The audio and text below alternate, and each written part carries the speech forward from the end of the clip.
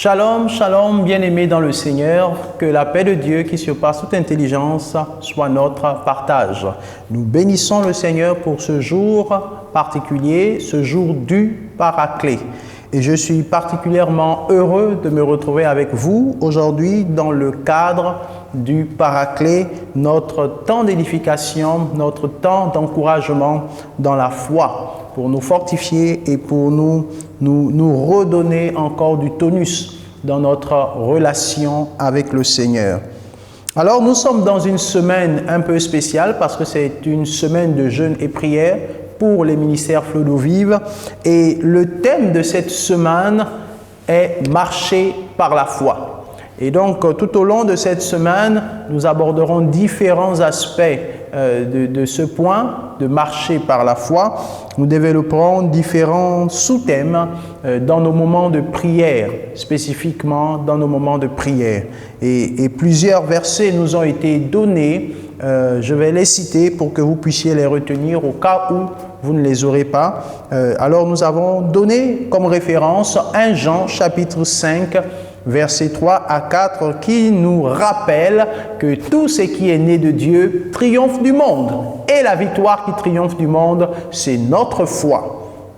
Ensuite, nous avons aussi donné Actes chapitre 4, versets 29 à 31, qui nous rappelle cet épisode des disciples qui étaient menacés, qui étaient intimidés par les autorités de la place de l'époque et qui étaient intimidés pour ne pas annoncer l'évangile. Ils se sont retournés vers le Seigneur, ont prié et ont demandé au Seigneur la force. La Bible déclare qu'ils ont soudain été remplis du Saint-Esprit et ils ont eu une pleine assurance, pour ne pas dire une pleine foi, pour à nouveau annoncer l'évangile. Et donc c'est pour nous encourager à rechercher l'action du Saint-Esprit, la puissance du Saint-Esprit, la présence du Saint-Esprit, le baptême dans le Saint-Esprit, être rempli du Saint-Esprit. Même dans nos maisons, c'est possible que le Saint-Esprit nous remplisse pour être efficace dans son œuvre. Et c'est grâce à son revêtement que l'on est efficace, dans l'œuvre. Et ce revêtement vient ragaillardir, rebooster la foi qui est la nôtre. Nous avons aussi partagé Jacques au chapitre 2, versets 17 à 26, qui nous parle des œuvres de la foi. Oui, Jacques 2, chapitre 17, verset 26, nous parle des œuvres de la foi. Nous ne pouvons pas avoir la foi sans avoir les œuvres, parce que ce sont les œuvres qui témoignent de notre foi. Ce que nous avons comme œuvre révèle la foi que nous avons. Donc, ce sont des textes à méditer tout au long de la semaine, de jeûne et prière. Je rappelle, marcher par la foi. Mais le premier verset, celui de 1 Jean 5, 3 à 4, est celui que nous allons décliner, mais au travers d'un autre texte biblique. Et c'est principalement le sous-thème dont nous voulons parler aujourd'hui. Dans ce thème qui est marché par la foi, nous voulons développer un sous-thème qui est « demeurer inébranlable ».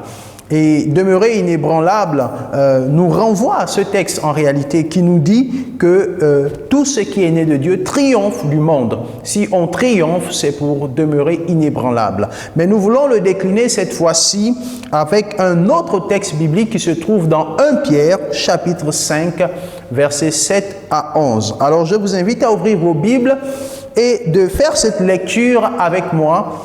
1 Pierre, chapitre 5, versets 7 à 11 nous aide à comprendre ce que Pierre dit et même ce que Jacques dit, demeurer inébranlable. Alors, 1 Pierre, chapitre 5, versets 7 à 11, il dit « Et déchargez-vous sur lui de tous vos soucis, car lui-même prend soin de vous. Soyez sobres, veillez. Votre adversaire, le diable, rôde comme un lion rugissant, cherchant qui il dévorera.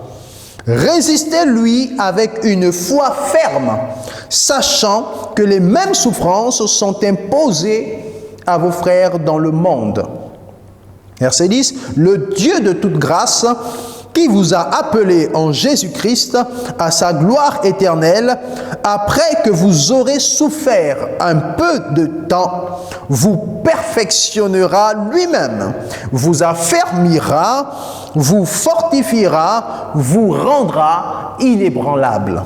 À lui soit la puissance au siècle des siècles. Amen. Voici donc ce que Pierre nous dit. Il nous encourage à demeurer inébranlable, à rester inébranlable face à cet adversaire, le diable qui rôde comme un lion rugissant, cherchant qui il dévorera. Bien-aimés, nous devons rappeler que le contexte dans lequel nous sommes aujourd'hui est un contexte tout à fait particulier et l'on peut voir agir notre adversaire, pas voir avec les yeux charnels, mais comprendre avec l'intelligence spirituelle des temps que notre adversaire, le diable, rôde comme un lion rugissant, cherchant qui il dévorera. Aujourd'hui, le contexte nous montre qu'il cherche à s'attaquer et à s'en prendre davantage avec fureur, avec une autre vitesse à l'Église de Jésus-Christ. Il cherche à ébranler l'Église de Jésus-Christ, il cherche à attaquer l'Église de Jésus-Christ. Nous pouvons le voir même au travers des déclarations de certaines personnes ou de certaines personnalités, que ce soit ici, que ce soit sous d'autres cieux. Nous pouvons, en analysant les propos de certaines personnes, nous rendre compte que l'Église est davantage attaquée par son adversaire principal, qui est le diable. Et le chrétien, pris de façon singulière, n'est pas en reste, il est au cœur de ce que Pierre nous dit. Et voici donc une démarche que Pierre nous propose afin de demeurer ferme et inébranlable.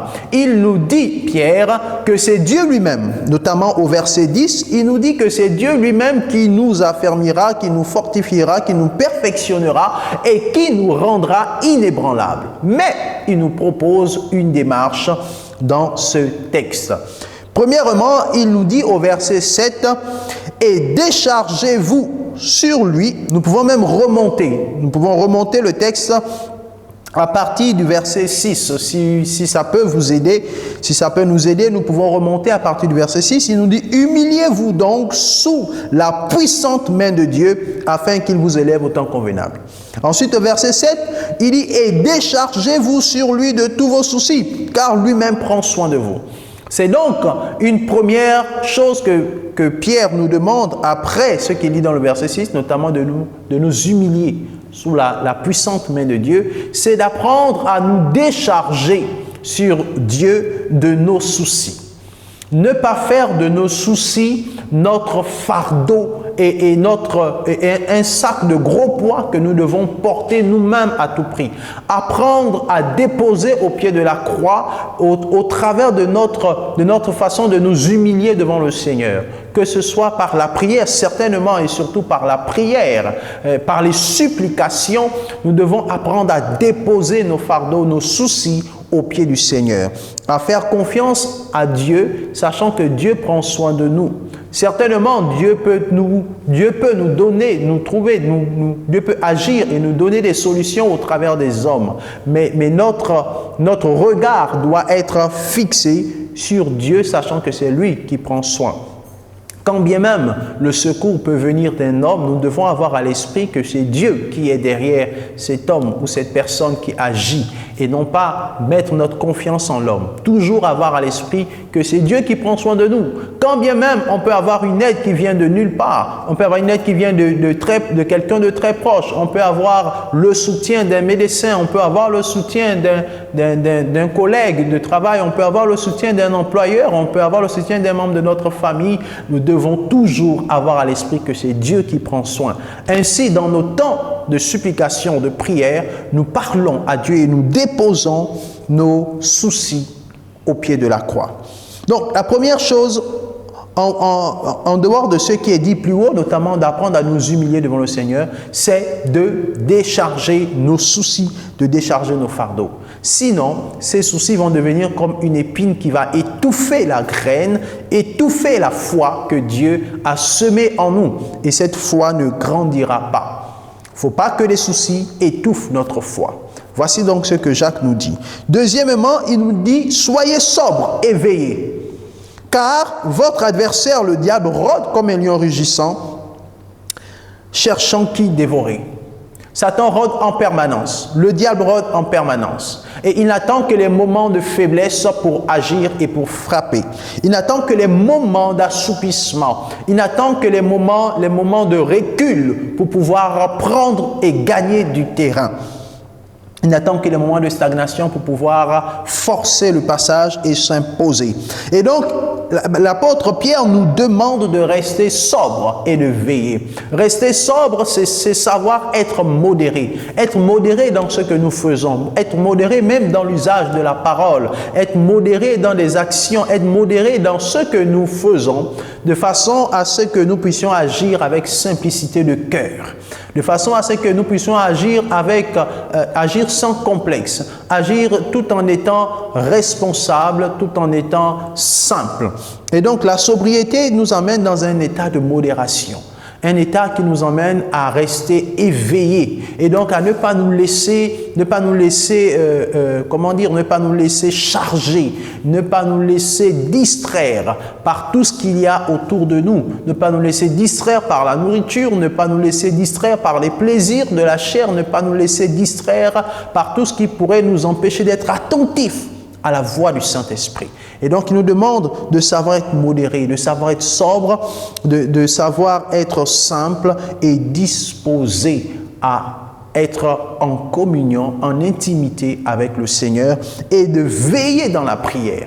Il nous demande de faire cela parce que notre adversaire rôde et attend simplement un moment de dispersion, un moment de fragilité, un moment d'inattention pour pouvoir agir. Il dit qu'il rôde.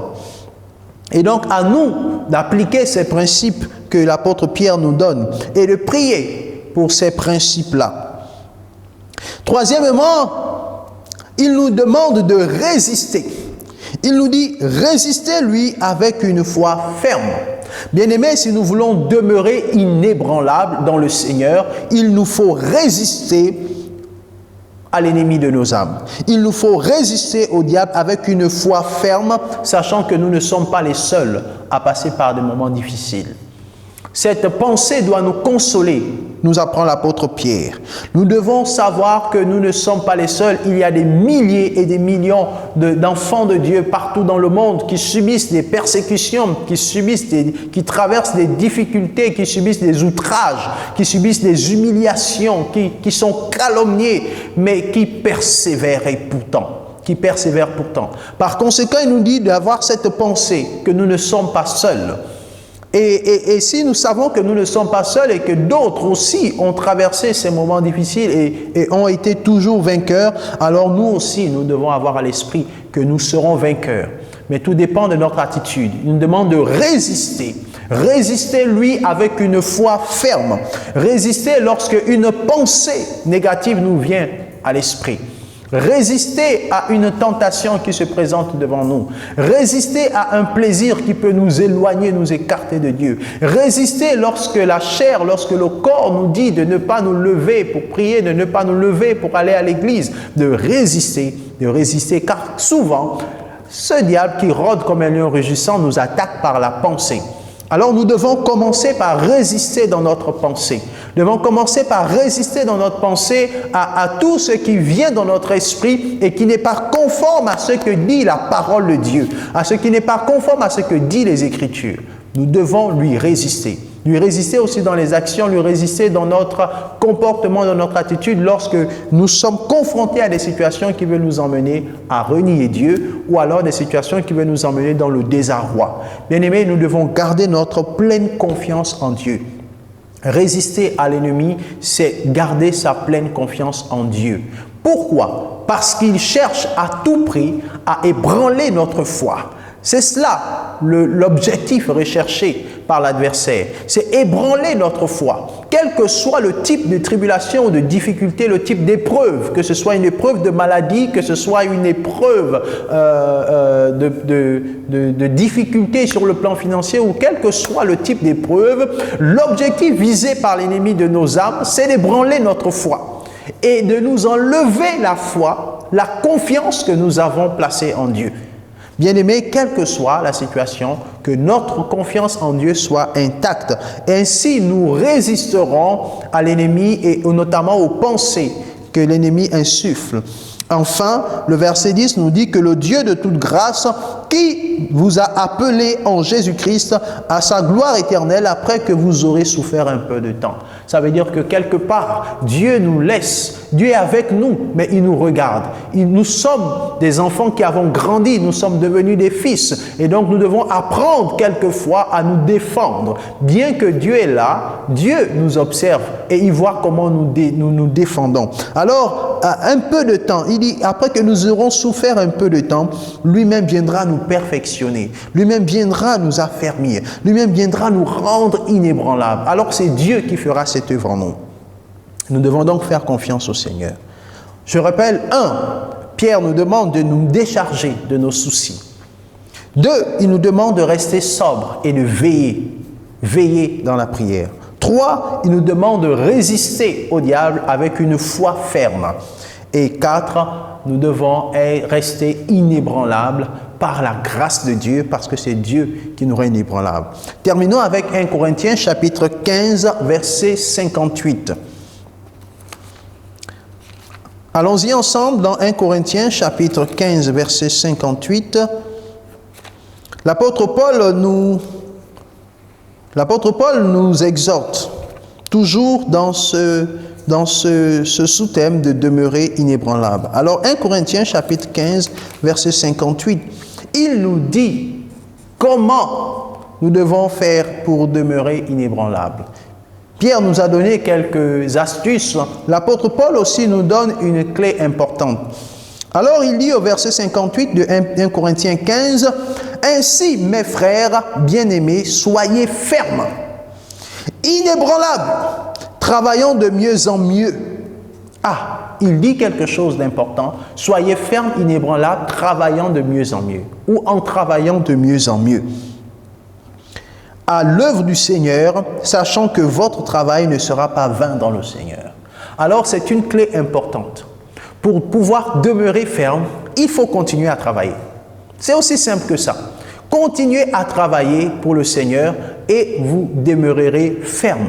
Lorsque vous arrêtez de travailler, remarquez, lorsque nous avons passé ces 8 mois de confinement avec les églises fermées, beaucoup se sont refroidis. Pourquoi? Parce qu'ils n'étaient plus en activité. Ils n'avaient plus ce moment où ils exerçaient leur foi au travers de leur adoration en public, au travers de leur service en public, quel que soit le domaine dans lequel chacun exerçait.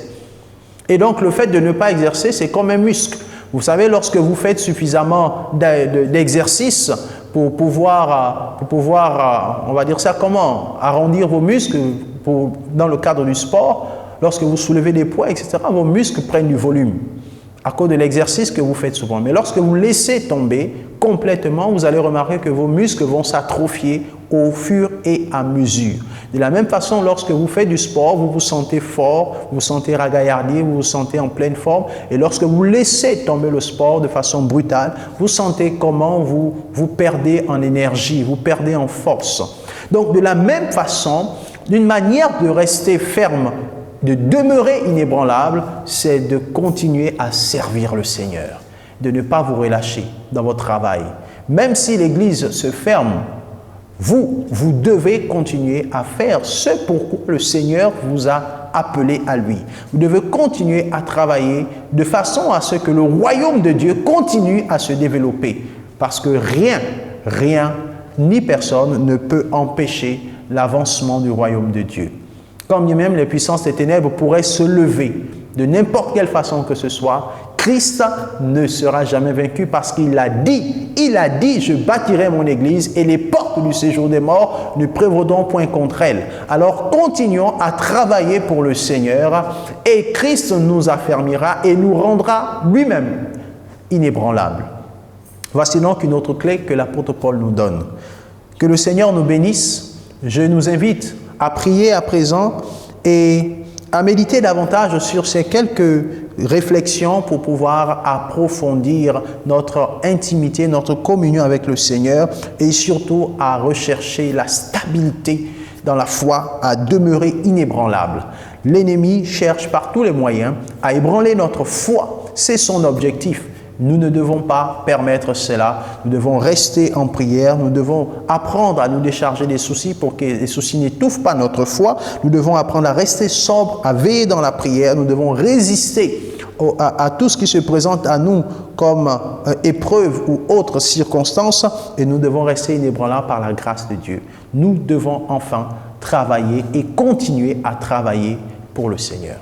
Alors je nous invite à prier maintenant et à demander la grâce de Dieu qui nous rend inébranlables.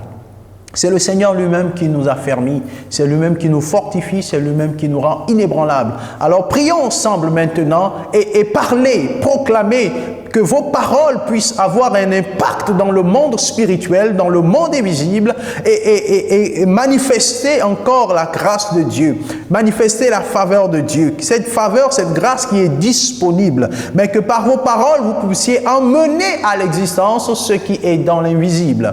Seigneur, nous prions dans le nom de Jésus. Après avoir écouté ta parole, Seigneur, nous avons encore une foi beaucoup plus ferme et plus inébranlable. Parce que tu dis que ta parole ne retourne pas à toi sans avoir accompli l'œuvre pour laquelle elle a été envoyée. Alors nous prions que ta grâce, Seigneur, nous fortifie, ta grâce nous affermit, que ta grâce nous rende inébranlables, que tu nous aides, Saint-Esprit de Dieu, à rester sobre, que tu nous aides à décharger sur Christ nos soucis, que tu nous aides à résister au diable avec une foi ferme, que tu nous aides à continuer à travailler pour toi. Saint-Esprit, fortifie-nous dans cette œuvre. Saint-Esprit, renouvelle-nous dans cette œuvre, que nous puissions avoir une soif dans la prière, une soif dans la communion avec toi pour pouvoir rester dans ta présence et demeurer inébranlable. Seigneur, je viens proclamer dans le nom de Jésus que la foi de chacun de nous restera ferme et inébranlable. Je refuse dans le nom de Jésus que l'ennemi, que ce diable qui rugisse puisse trouver des failles dans la vie de qui que ce soit. Je proclame ta faveur et ta grâce qui rend chacun inébranlable et inaccessible au nom de Jésus-Christ à l'adversaire. Seigneur, merci parce que tu nous conduis par ta surmain. Notre foi repose en toi. Et nous savons qu'en toi, nous sommes dans le creux de ta main. Rien ne pourra nous ravir, car tu es Dieu et rien ne peut s'opposer à tes projets. Que toute la gloire te revienne, Seigneur, dans le nom de Jésus. Amen. Que Dieu vous bénisse. Bonne semaine, bon moment de prière, bon moment de communion avec le Saint-Esprit. Que la paix de Dieu qui surpasse toute intelligence soit notre partage et que nous puissions rester inébranlables dans notre marche par la foi. Au nom de Jésus-Christ. Amen.